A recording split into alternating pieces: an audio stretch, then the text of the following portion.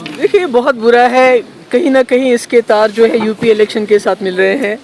BJP चाहती है कि वो फिर से पोलराइज करे, और इसके अलावा जो हमें लगता है ये एक साजिश है जो हमारी बच्चियां हैं उनको तालीम से दूर रखने की, उनको डिस्करेज करने की, ताकि वो घरों में बैठ जाए। पर मैं उम्मीद करती हूँ कि हमारी बच्चियाँ जो हैं बहुत बहादुर हैं, जिस तरह से वो मुकाबला कर रही हैं वो अपनी तालीम का जो है नुकसान नहीं करेंगी।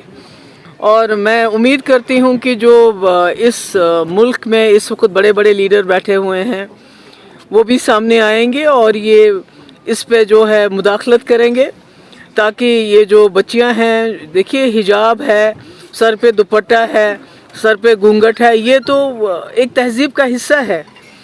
तो मुझे समझ नहीं आती है कि ये किस हद तक जा रहे हैं इस वक्त जो बीजेपी के लोग हैं, कितना इस मुल्क को बांटेंगे। मैं बार बार कहती हूँ कि कहीं ना कहीं ये लोग जो है गांधी के मुल्क को गोडसे का मुल्क बनाना चाहते हैं, हिंदू मुस्लिम को लड़ाना चाहते हैं, सबकी जो है ज़िंदगी को बहुत मुश्किल बनाना चाहते हैं।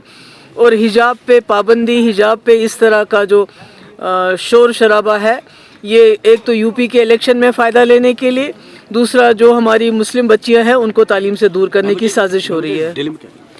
देखिए जो डिलिमिटेशन है ये सब जानते हैं कि इसमें सारी उथल पुथल की गई है, सिर्फ एक पर्टिकुलर पार्टी बीजेपी को फ़ायदा देने की कोशिश की गई है। हालांकि जम्मू में, सुचेतगढ़ में, नगरोटा में, कई जगह लोग बहुत गुस्से में हैं, चिनाब वैली में हैं, पीर पंचाल में हैं, और यहाँ भी कश्मीर में जो उन्होंने किया है वो तो अल्लाह ही हाफिज़ है उसका।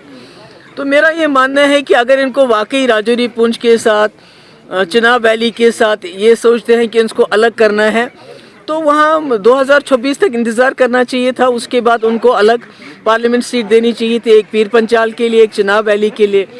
इसी तरह जम्मू कश्मीर में जिस तरह इन्होंने इलाकों को बांटा है, कहीं का इलाका कहीं से न जोग्राफी मिलती है न नंबर्स मिलते हैं, मैं समझती हूँ ये एक बहुत बड़ी साजिश की इन्होंने।